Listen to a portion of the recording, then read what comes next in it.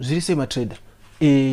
tunangoti gaga sekuvimbisana kwati kaita kuti video rinenge riri less than 2 minutes anditika todauradzana kudraw chi order block anditika right paunodraw order block chinhu chekutanga kustart pair roda kudraw chi order block anditi kuti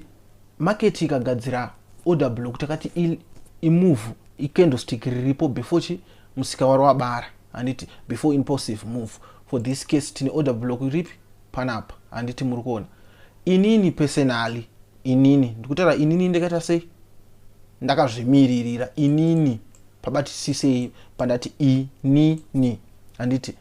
order block rangu inini andi include aka kamusu aka anditi ndinongoisa board chete anditi muri kuona saka tati market yakadzoka pa order block rinoshanda se support kana resistance. Since takadona tinoona support kuzasi resistance padenga takano resist market yakadona anditi tadzoka futi pa area panapa taka resist anditika right makada kutasa kunoko anditika tinechi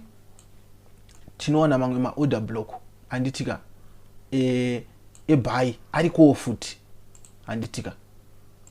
iri anditi muri kuona manje zvanenge rakaita market yakaenda ka ndobva yadzoka anditi ndobva yaenda saka order block irakaita sei rakashanda anditi muri kuona then tine mamwe ma order blocks akafanana neaya anditi muri kuona market paikaenda yakadzoka ndobva yatanga yakuenda ndobva yazodona anditika iwo zvemunyati yako anditi nguva inotombo reactor pa unongonomborawo anditika ticha explain since tufamba netopic yema order blocks kuti why tine mamwe anoshanda why mamwe asingete sei asingashandi anditika but